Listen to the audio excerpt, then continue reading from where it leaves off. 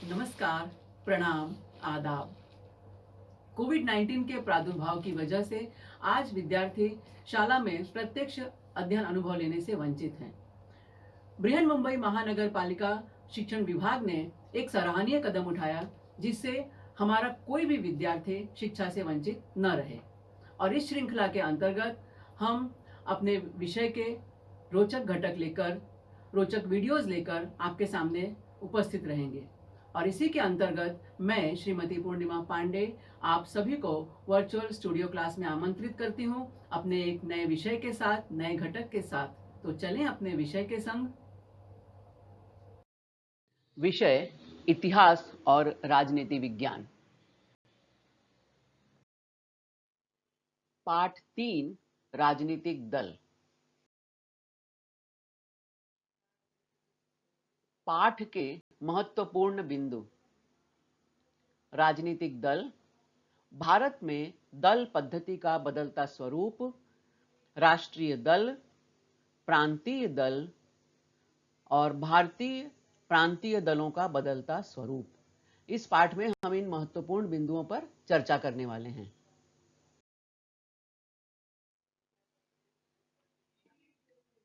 तो शुरू करते हैं अपना पाठ राजनीतिक दल।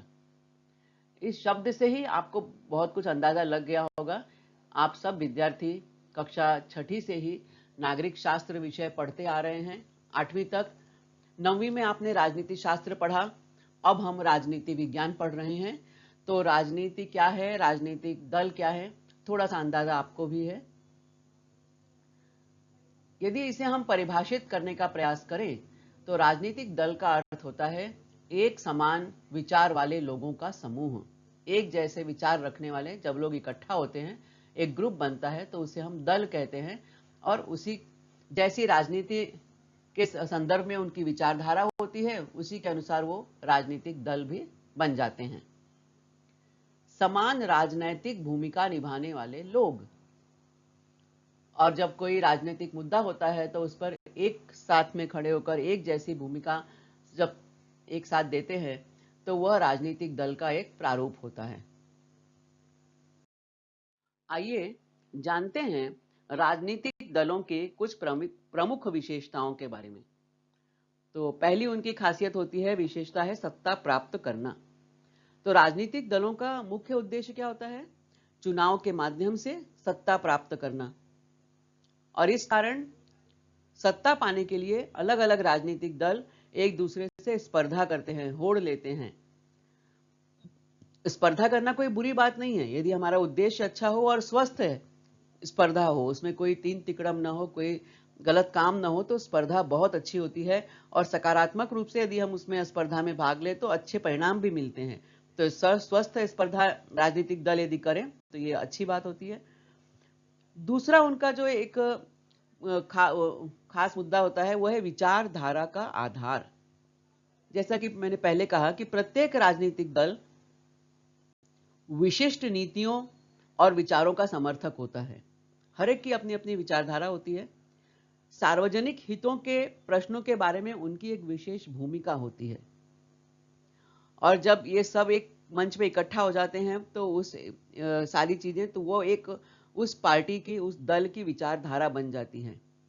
जैसे हम लोग बोलते हैं ना, हर पार्टी का एक एजेंडा होता है। तो एजेंडा मतलब क्या? वो उनकी विचारधारा, उनका मत। हम लोग बहुत सारी पॉलिटिकल पार्टीज को अपने आसपास देखते हैं और आपने कई बार सुना होगा अपने घरों में लोगों को बात करते हुए, बड़े लोगों को, कि भाई फला पार्टी है तो वो तो यही काम करेगी, उसका तो यही मुद्दा है। फला पार्टी है वो यही काम करने के लिए आगे आई है। तो हर एक पार्टी की अपनी एक विचारधारा होती है और वही विचारधारा उनकी पहचान बन जाती है। और जब उस दल के लोगों को जो समर्थन मिलता है, पब्लिक का, जनता का, उसे हम कहते हैं जनाधार। जन का आधार यानी जनाधार। अब है दलीय कार्यक्रम। अपनी विचारधारा को, अब पार्टी ने अपनी विचारधारा रख दी अपने सामने, हमारे सामने, लेकिन उस विचारधारा को, उस एजेंडा को पूरा कैसे करेंगे? काम तो हमने नियम बना लिए, हमने पॉलिसी बना ली, हमें ये काम करना है, लेकिन वो काम पूरा कैसे होगा उसका भी एक सिस्टम होगा। तो ये जो ये दलीय कार्यक्रम बनते हैं वो क्या होते हैं कि अपनी विचारधारा को प्रत्यक्ष रूप में लाने के लिए राजनीतिक दल उस पर आधारित कुछ कार्यक्रम निर्धारित करते हैं, कुछ तरीका निर्धारित करते हैं कि हम जब सत्ता में आएंगे तो हम अपने इस एजेंडे को ऐसे लागू करेंगे, इस एजेंडे को इस तरह से लागू करेंगे, और सत्ता मिलने पर उन कार्यक्रमों को इम्प्लीमेंट भी किया जाता है, उनको अमल में भी लाया जाता है। और सत्ता, कभी कभी सत्ता नहीं मिलती, इलेक्शन होता है, एक पार्टी हार जाती है, तो ये लोग यदि सत्ता नहीं भी मिलती तो भी ये राजनीतिक दल अपने एजेंडा के आधार पर, अपने कार्यक्रम के आधार पर लोगों का समर्थन जुटाने की कोशिश करते रहते हैं, ताकि अगले इलेक्शन में फिर से ये अपनी बात रख सके और उनका काम लोगों को दिखाई दे और वो सत्ता प्राप्त कर सके। अगला एक मुद्दा होता है सरकार स्थापित करना। अब ये राजनीतिक दल सरकार बनाकर देश का राजकाज चलाते हैं। जिस पॉलिटिकल पार्टी को, जिस राजनीतिक दल को चुनाव में बहुमत मिलता है, वह उसकी सरकार बनती है। जिन दलों को बहुमत नहीं मिलता, वे दल सरकार में विरोधी पक्ष के रूप में या विरोधी दल के रूप में कार्य करते हैं। दूसरी इनकी प्रमुख विशेषता है सरकार और जनता के बीच की कड़ी। राजनीतिक दल सरकार और जनता के बीच एक पुल का काम करते हैं, सेतु का काम करते हैं। जनता की मांगों को, जनता की शिकायतों को सरकार तक पहुंचाने का काम करते हैं, और सरकार विभिन्न दलों द्वारा अपनी नीतियों और कार्यक्रमों के लिए समर्थन प्राप्त करने की कोशिश करती है। तो इस तरह ये राजनीतिक दल जो है अलग अलग भूमिका निभाते हैं और अपना अपना काम करते हैं।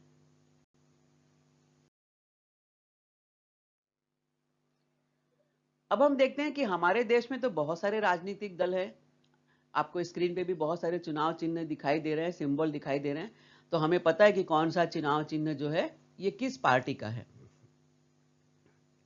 और इन राजनीतिक दलों के द्वारा समय समय पर उनकी विविध नीतियां घोषित की जाती हैं। राजनीतिक भूमिका को ही दल की नीति या कार्यक्रम कहा जाता है। फॉर एग्जाम्पल, यदि हम देखें एक उदाहरण के रूप में कि किसानों की फसल है वो बाजार में किस मूल्य पे बिकनी चाहिए, तो किसानों की उपज को सरकार द्वारा निश्चित मूल्य मिलना ही चाहिए। इस बारे में राजनीतिक दल के सभी लोगों का एक ही मत होता है।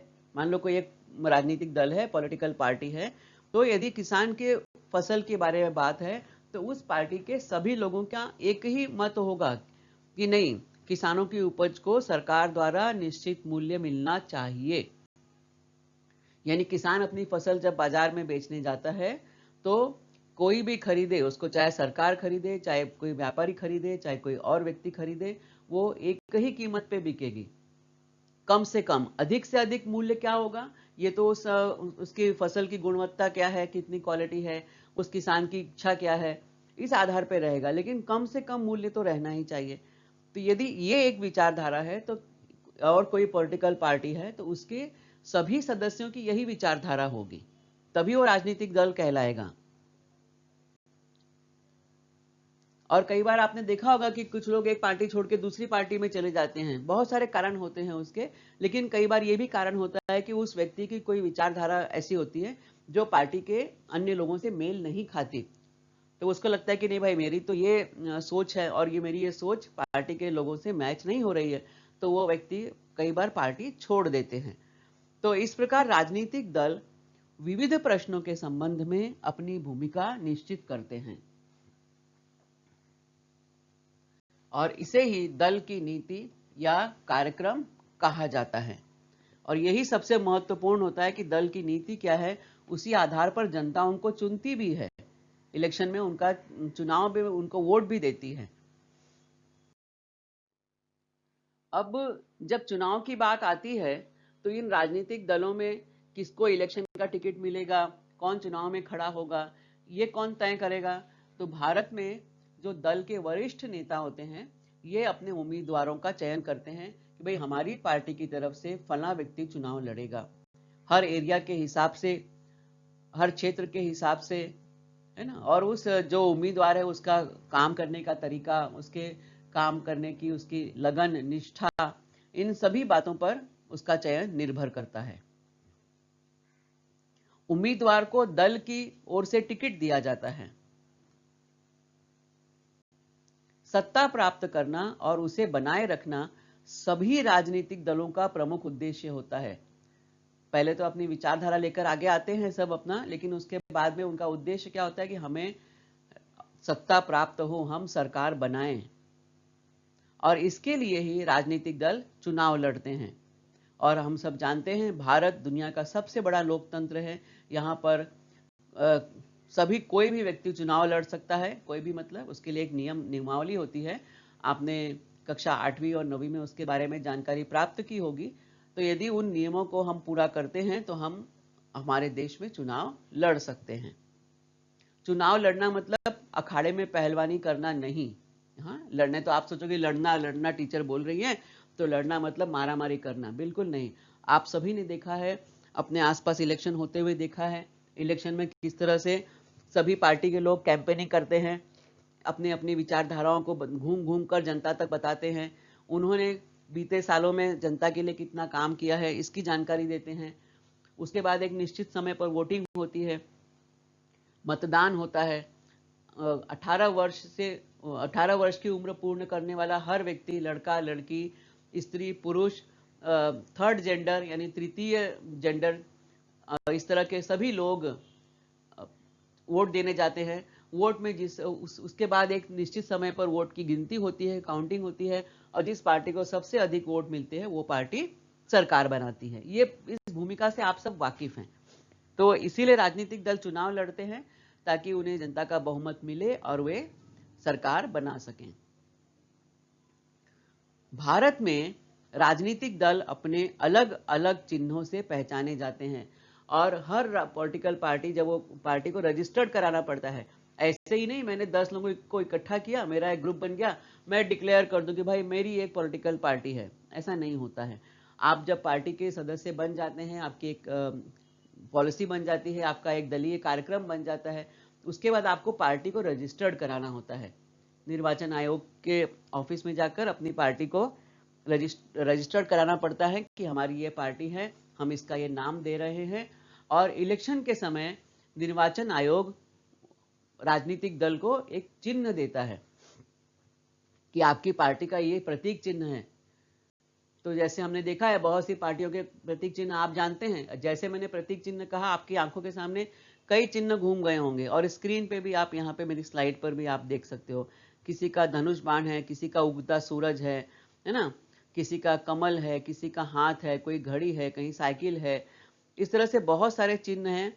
ये चुनाव चिन्ह जो हैं ये हम अपने मन से नहीं चुनते हैं। ये चुनाव चिन्ह हमें हमें मतलब राजनीतिक दलों को निर्वाचन आयोग द्वारा प्रदान किए जाते हैं। अब हम जानेंगे भारत में दल पद्धति के बदलते स्वरूप के बारे में, क्योंकि हम जब ये राजनीतिक दल के बारे में पढ़ रहे हैं तो हमारे देश में क्या स्थिति है ये भी तो हमको मालूम होना चाहिए ना, क्योंकि हमको अल्टीमेटली अपने देश की राजनीति से जूझना है, देश की राजनीति में शामिल होना है और अपने देश को एक नया आधार देना है, नई दिशा देनी है। और आप सब अभी 14, 15, 16 साल के बच्चे हैं, लेकिन आने वाले समय में 18 साल के बाद आपको वोट देना है। तो आपको पता होना चाहिए कि हमें वोट देना है, हमारा वोट कितना कीमती है। किसी ने हमको कुछ पैसे पकड़ा दिए, भैया हम आपको पैसा दे रहे हैं, आप हमको ही वोट दे रहा, आप हम आपको आज बहुत अच्छा खाना खिला दे रहे हैं, कल आप हमको ही वोट देना। तो ऐसी सब छोटी छोटी गलत बातों में हमें नहीं फंसना है। हमें विवेकपूर्ण विचार करते हुए सही पार्टी को वोट देना है कि कौन सी पार्टी सचमुच हमारे देश का हित चाहती है। खाली मेरा हित, हमारे पड़ोसी का हित, अपने रिश्तेदार का हित, ऐसा नहीं। जब हम हित की बात करते हैं, अच्छाई की बात करते हैं, तो वो पूरे समाज की अच्छाई होती है, पूरे देश का हित होता है कि इसी में देश की भलाई है। हो सकता है कोई ऐसा काम हो जिसमें मेरी व्यक्तिगत भलाई ना हो, लेकिन पूरे देश की भलाई हो उसमें। तो हमें अपनी दृष्टि को विस्तार देते हुए व्यापक रूप से विचार करना है। तो आपको भी मेंटली प्रिपेयर होना है कि 2 साल के बाद तो मैं इस राजनीति का हिस्सा होने वाला हूं या होने वाली हूं। मैं इस देश की एक उत्तम नागरिक हूं, मैं इस देश का एक विचारवान नागरिक हूं।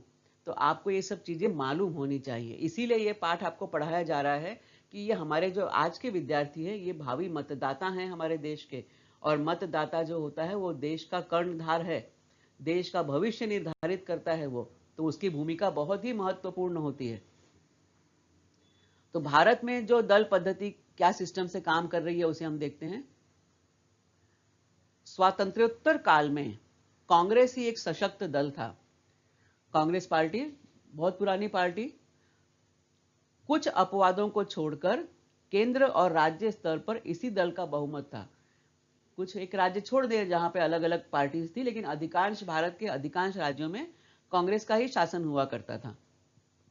भारतीय राजनीति पर इस दल की अच्छी पकड़ थी, इसलिए इस समय में दल पद्धति का वर्णन एक प्रबल दल पद्धति के रूप में किया जाता है। तो उस समय क्या था कि भारत में यह था कि होल सोल जो है वो कांग्रेस का शासन है और इसे हम एक प्रबल दल पद्धति कहते थे। बहुत सारी पार्टीज थी, ऐसा नहीं कि एक ही पार्टी थी, लेकिन कांग्रेस का शासन जो था वो स्पष्ट था, उसका स्पष्ट बहुमत था, प्रशासन एकदम से सफल था उनका। और चाहे केंद्र स्तर हो चाहे राज्य स्तर हो, कांग्रेस पार्टी हावी थी। और ये कांग्रेस पार्टी जो थी ये बहुत पहले बनी थी, देश की आजादी के पहले कांग्रेस की स्थापना हुई थी और वही पार्टी कंटिन्यू हो रही थी। इसके बाद हम देखते हैं कि समय समय पर कांग्रेस पार्टी में बदलाव हुए, फूट पड़ती गई, कांग्रेस पार्टी का विभाजन होते गया। और आज हम जो देखते हैं, आज हमारे सामने जो कांग्रेस पार्टी है ये उसका चुनाव चिन्ह है पंजा। लेकिन इसके पहले कांग्रेस पार्टी के अलग अलग चुनाव चिन्ह होते थे, उसके बारे में मैं आगे चर्चा करूंगी आपसे। यहां पर एक बात महत्वपूर्ण है कि पहले एक ही पार्टी, मैंने कहा ना एक प्रबल दल पद्धति, लेकिन 1977 के चुनाव में अनेक पार्टियां इकट्ठा हुई। कांग्रेस पार्टी की नीतियों से बहुत लोगों का विरोध था, लोग असंतुष्ट थे, तो अनेक पार्टियां इकट्ठा हुई और उन्होंने मिलकर चुनाव लड़ा और इसमें बदलाव आया। एक प्रबल दल पद्धति को 1977 ईस्वी में चुनौती दी गई। और यह चुनौती किसने दी? कांग्रेसेतर दलों ने, यानी कांग्रेस के अलावा अन्य दल इकट्ठा हुए। कांग्रेस तो एक पार्टी थी, लेकिन उसके अलावा अन्य दल इकट्ठा हुए और उन्होंने ये चुनौती दी कि हम अब इस सरकार को नहीं चुनेंगे। मैंने आपसे चर्चा की थी कांग्रेस के चुनाव चिन्ह।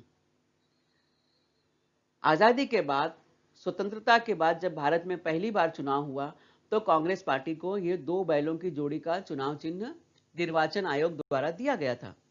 उसके बाद कुछ समय के बाद, यानी कुछ सालों के बाद, समय मतलब 1-2 घंटे की बात नहीं, कुछ सालों के बाद कांग्रेस पार्टी में कुछ विभाजन हुआ, नीतियों के आधार पर मतभेद हुए और कांग्रेस पार्टी में फूट पड़ गई। तो उस समय तत्कालीन प्रभावशाली नेता इंदिरा गांधी जी थी और उनके पार्टी अलग हुई तो पार्टी को चुनाव चिन्ह मिला गाय बछड़ा। 1971 के जब लोकसभा के चुनाव हुए तो कांग्रेस पार्टी का चुनाव चिन्ह था गाय बछड़ा। उसके बाद जनवरी 78 में एक बार फिर कांग्रेस पार्टी में विभाजन हुआ और एक नई पार्टी बनी और इस पार्टी को नाम मिला कांग्रेस आई और आज भी ये पार्टी है और इसका चुनाव चिन्ह है पंजा। ये सब हम देखते हैं।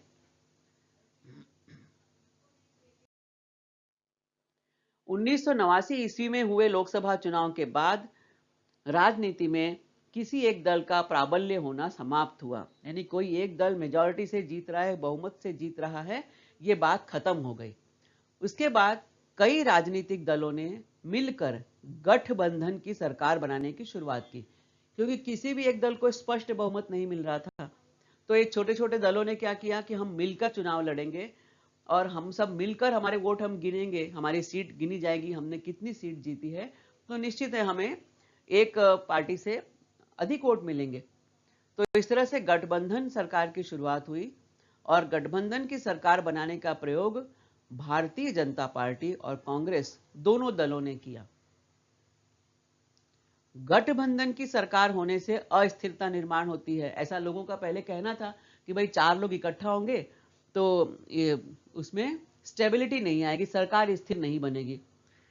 तो इस मान्यता को हमारे देश की दल पद्धति ने भ्रामक सिद्ध कर दिया। मतलब हमारे देश की सरकार जब बनी तो हमारे देश ने इस बात को गलत सिद्ध किया। किस बात को? कि गठबंधन की सरकार है, यानी मिली जुली पार्टियों की सरकार है, तो ये सरकार जो है ये स्थिर नहीं रहेगी। स्थिर नहीं रहेगी मतलब क्या? कि 5 साल तक ये सरकार नहीं चलेगी। एक सरकार का जब हम चयन करते हैं, वोट देते हैं, तो हम जानते हैं कि मतदान प्रत्येक 5 साल में होता है। हम वोट देते हैं, सरकार बनती है, 5 साल वो सरकार चलती है, उसके बाद फिर वोट होता है, इलेक्शन होता है। तो लोगों का कहना था कि यदि एक ही पार्टी की सरकार है तो वो सरकार स्थिर रहेगी, यानी पूरे 5 साल चलेगी, क्योंकि एक ही विचारधारा के लोग हैं। लेकिन जब मिलीजुली सरकार बनेगी, यानी अलग अलग पार्टी के लोग इकट्ठा होकर सरकार बनाएंगे, तो उनकी अलग अलग विचारधाराएं होंगी उनकी। तो अलग अलग विचारधारा होने से सरकार में स्थिरता नहीं होगी। लेकिन इस बात को हमारे देश की सरकारों ने गलत सिद्ध किया। उन्होंने कहा नहीं, जब हम सार्वजनिक उद्देश्य लेकर सामने आते हैं, सार्वजनिक हित लेकर सामने आते हैं, तो हमारे अपने व्यक्तिगत उद्देश्य हम पीछे रख देते हैं। और इस तरह से हमारे देश में गठबंधन की सरकार भी सफलतापूर्वक चली है। और इसके बाद गठबंधन की सरकार अब भारतीय राज व्यवस्था में एक आम बात बन गई है। अब 1989 के बाद कई चुनाव हो चुके, और उन चुनावों में हमने देखा है कि मिली जुली सरकार ने सफलतापूर्वक प्रशासन किया है। अब हम बात करेंगे दल पद्धति के बारे में। अब ये केवल हम बात यहाँ पर एक कॉमन बात भी कर रहे हैं और अपने देश के परिप्रेक्ष्य में भी हम बात कर रहे हैं। तो पहले हम देखते हैं कि दल पद्धति इन जनरल क्या होती है। किसी देश में कितने राजनीतिक दल अस्तित्व में हैं तथा एक बार कितने दलों को सत्ता प्राप्त होती है, इससे दल पद्धति का वर्गीकरण किया जाता है। तो सबसे पहले हम जानते हैं एक दल पद्धति। नाम से ही स्पष्ट है कि एक ही दल जो है वो पावर में रहेगा। एक ही राजनीतिक दल के हाथ में दीर्घ समय तक यदि सत्ता हो और अन्य राजनीतिक दल प्रभावी न हो, तो उस दल पद्धति को एक दलीय पद्धति कहा जाता है। बिल्कुल स्पष्ट है, यानी दीर्घ समय तक मतलब लंबे समय तक, बहुत लंबे समय तक एक ही पार्टी के हाथ में पावर हो, एक ही पार्टी के हाथ में सत्ता हो और अदर पॉलिटिकल पार्टीज, अन्य राजनीतिक दल प्रभावी ना हो सकें, तो यह एक दल पद्धति कहलाती है। जैसा कि हमारे देश में 1989 तक ये सिस्टम था, 1989 तक। इसके बाद है द्विपक्ष पद्धति। द्विपक्ष मतलब दो पक्ष वाली पद्धति, जहां पे दो पॉलिटिकल पार्टीज रहती हैं। जैसे अभी हमने यूएस में इलेक्शन में देखा, तो वहां दो पॉलिटिकल पार्टीज मेन रूप से है ना। यूके में दो पॉलिटिकल पार्टीज हैं। तो जब राजनीति में दो राजनीतिक दल प्रभावशाली रहें और इन्हीं दो राजनीतिक दलों के हाथों में वैकल्पिक रूप में सत्ता रहे, तब उस शासन पद्धति को द्विदलीय पद्धति कहा जाता है। मैंने आपको उदाहरण दिया अभी अमेरिका का और ग्रेट ब्रिटेन का। तो वहां पे दो पॉलिटिकल पार्टीज हैं और इन्हीं दोनों में इलेक्शन होता है, तो ये फिक्स है कि या तो ये पार्टी रहेगी या तो वो पार्टी रहेगी, उसके अलावा तीसरी पार्टी नहीं। तो इस शासन पद्धति को हम द्विदलीय पद्धति या द्विपक्ष पद्धति कहते हैं। बहुदल पद्धति, जहां बहुत सारे दल एक साथ में, बहु मतलब बहुत सारे दल पार्टीज, बहुत सारे दल या बहुत सारी पार्टीज मिलकर काम करती है, तो वहां बहुदल पद्धति होती है। और आपको समझ में आ गया होगा कि हमारे देश में बहुत सारे दल हैं, कई राजनीतिक दल सत्ता की होड़ में होते हैं और उन सभी दलों का कम अधिक मात्रा में राजनीतिक प्रभाव रहता है।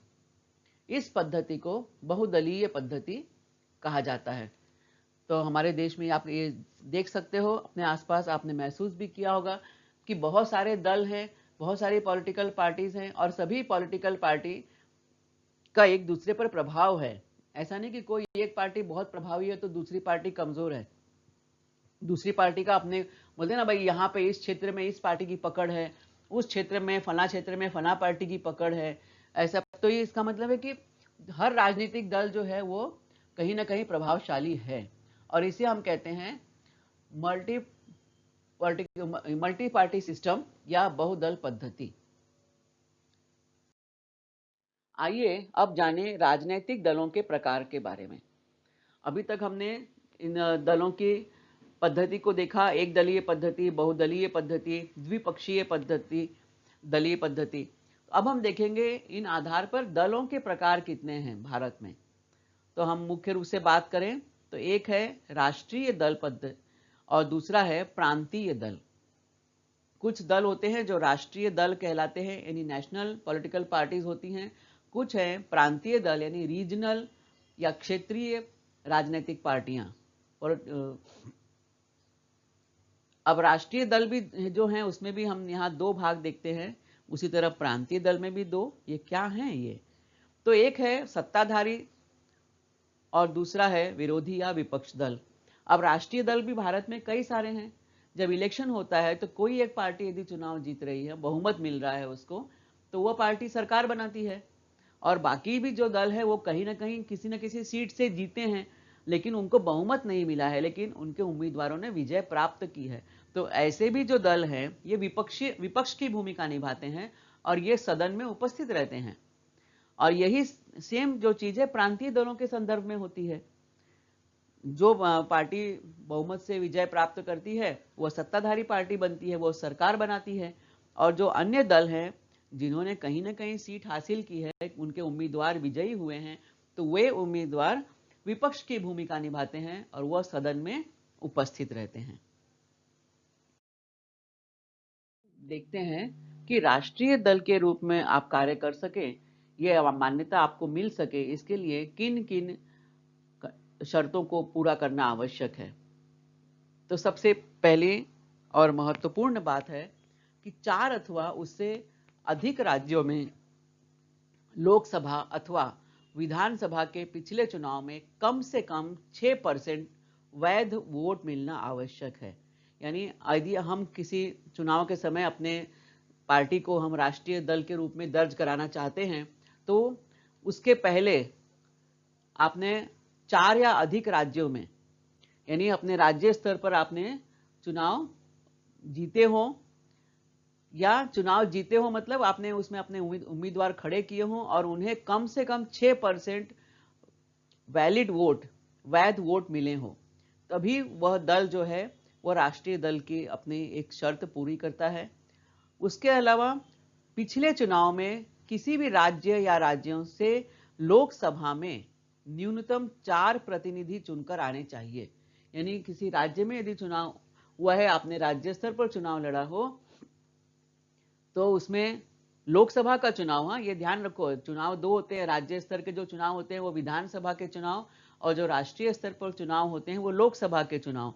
तो लोकसभा के चुनाव में कम से कम 4 आपके कैंडिडेट या 4 प्रतिनिधि आपके विजयी होने चाहिए, वो चुनकर गए हों, ठीक है। या लोकसभा के कुल निर्वाचन क्षेत्र के कम से कम 2% निर्वाचन क्षेत्रों में तथा कम से कम 3 राज्यों से प्रत्याशियों का चुनाव जीतना आवश्यक है। इतनी सारी शर्तें जब आप पूरी करते हैं तभी आप राष्ट्रीय दल की कैटेगरी में आते हैं।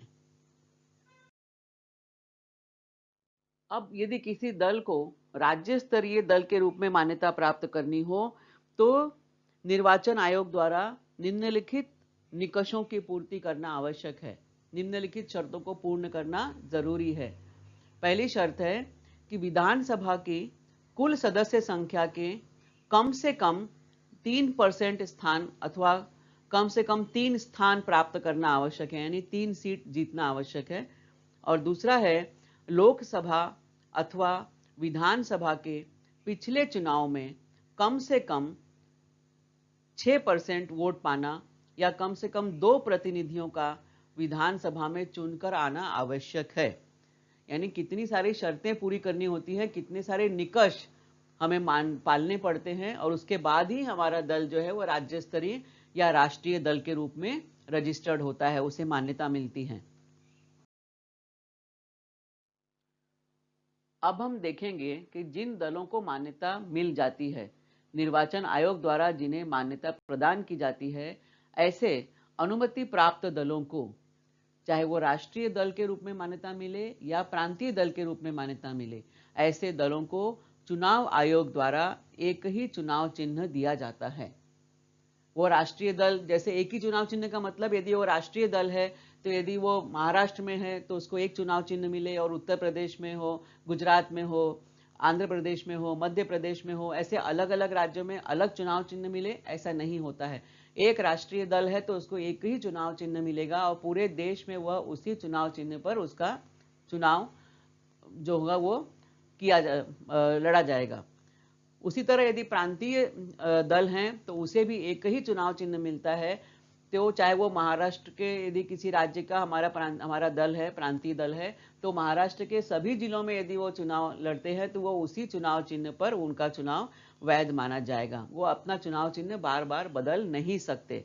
तो इस तरह से एक ही चुनाव चिन्ह दल को मिलता है और वो भी चुनाव आयोग देता है। चुनाव चिन्ह का चयन अपनी मर्जी पर निर्भर नहीं करता, ये चुनाव आयोग द्वारा प्रदत्त किया जाता है। अब चुनाव चिन्ह तो मिल गए लोगों को, तो अब ये भारत के कौन कौन से प्रमुख राष्ट्रीय दल हैं, और हमारे देश में बहुत सारे प्रांतीय दल भी हैं, तो कौन से प्रमुख प्रांतीय दल हैं। तो भारत के राष्ट्रीय दल और प्रमुख प्रांतीय दलों की जानकारी हम प्राप्त करेंगे इस वीडियो के दूसरे भाग में, तो इंतजार कीजिए दूसरे भाग का।